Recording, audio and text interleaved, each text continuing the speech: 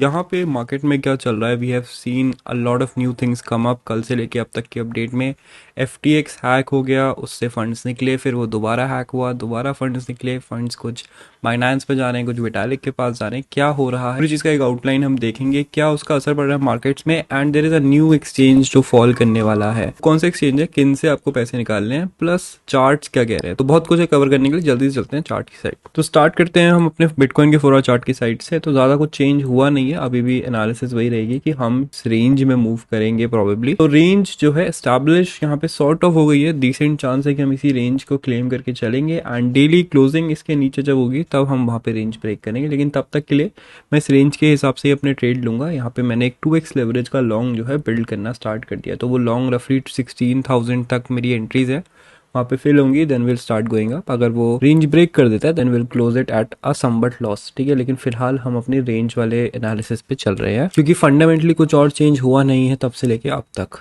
इसके बाद बिटकॉइन को थोड़े से हम लार्जर टाइम फ्रेम पे देखते हैं, वीकली टाइम फ्रेम पे देखते हैं। तो वीकली क्लोजिंग जो है अब होने वाली है, एंड वीकली क्लोजिंग यहाँ पे लग रहा है कि 300 वीकली मूविंग एवरेज के भी नीचे हो जाएगी। तो वीकली मूविंग एवरेज के नीचे जब क्लोजिंग होती है तो इट्स नेवर गुड, बिकॉज वो फिर एक रेजिस्टेंस बन जाता है। पहले ये एज अ सपोर्ट काम कर रहा था, हमने देखा था कि जब 200 वीकली मूविंग एवरेज ब्रेक हुआ था, उसके बाद एज अ सपोर्ट यहाँ पे ये काम कर रहा था रफली जून से लेके अब तक।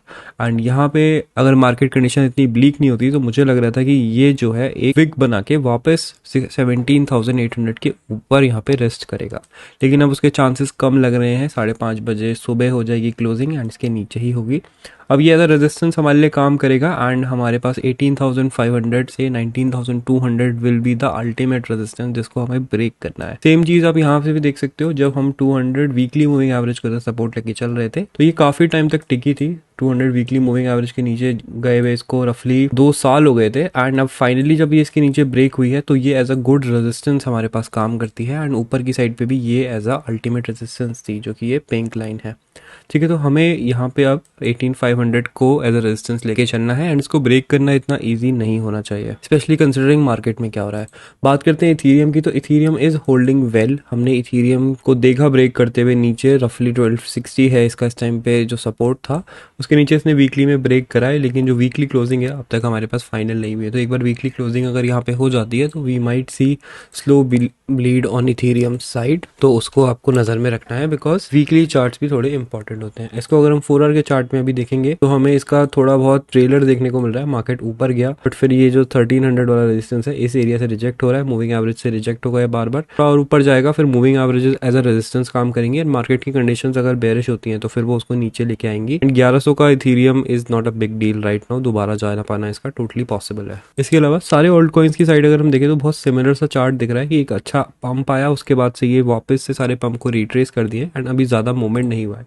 अगर हम डेली की मूवमेंट देखेंगे आज तो रफली ना के बराबर है ये मूवमेंट, केवल 1% का ऊपर नीचे हुआ है। उसका रीजन क्या है कि अभी यूएस के मार्केट्स जो है क्लोज हैं, एंड अब जो क्रिप्टो मार्केट में जो शिट शो हुआ था वो अब फाइनली खत्म हो गया है ऐसा लग रहा है। तो मार्केट थोड़े स्टेबलाइज हो गए हैं, एंड अब वो जाके देखेंगे कि हमारे जो स्टॉक मार्केट्स हैं उनसे हम क्या यहाँ पे कंपैरिजन करें। अगर आपको कंपैरिजन देखना है तो स्टॉक मार्केट जब इस प्राइस रेंज पे थे रफली, तो last time it was in September and July के आसपास। तो सितंबर जुलाई में हमें पता है कि बिटकॉइन काफी ऊपर था, करंट प्राइसेस से तो बहुत ही ऊपर था। तो रफली स्टॉक मार्केट से यहाँ पे जो प्राइस कोरिलेशन है वो इसका अराउंड 20,000 होना चाहिए। लेकिन हमारे पास जो मार्केट डिस्टेबिलिटी है उसको अब ऑब्जर्व करना पड़ेगा मार्केट को, इसलिए थोड़ा सा और डाउन किया है। जब वो ऑब्जर्व कर लेगा तो ये वापस से फिर ऊपर जाना स्टार्ट करेगा, लेकिन थोड़ा टाइम लगेगा। तब तक के लिए मैं यहाँ पे पर्सनली स्पॉट में बैग्स फिल कर रहा हूँ, and good coins only, Bitcoin, Ethereum, BNB, Matic type के कॉइन्स को हम पिक कर रहे हैं। अब बात करते हैं कि आगे क्या हुआ FTX सागा में। तो FTX का अकाउंट जो है हैक हुआ है, अराउंड $600 मिलियन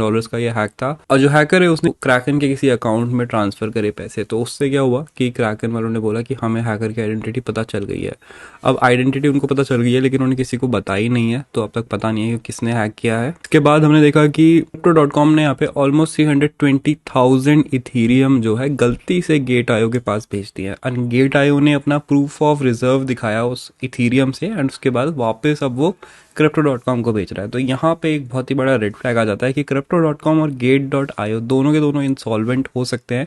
तो we need to be very careful. अगर आप इन पे ट्रेड करते हो तो better to take your funds out. यहाँ पे रिस्क लेने की जरूरत नहीं है, because a lot of projects and a lot of crypto exchanges are going to go bankrupt in the coming days, क्योंकि FTX एंड Alameda रिसर्च की जो इन्वेस्टमेंट है बहुतों में होते थे। जब भी हम देखते थे किसी भी प्रोजेक्ट की वेबसाइट, तो वहाँ पे लिखा रहता था मोस्टली कि Alameda रिसर्च, 3AC कैपिटल, ये सब इसमें इन्वेस्टर्स हैं। तो you need to be very careful about that. अपना पैसा अपने पास रखो, try to use MetaMask, Trust Wallet या फिर खुद का एक hardware wallet. So that was it for this video guys. Make sure to like the video and subscribe to the channel. I will see you in the next one. गोरी peg खींचे neat लफ्ज मेरे हथियार, पहली चोट में के scene जैसे गिल्टीन, रगो में पैरा निकटीन, नशीला पदार्थ जैसे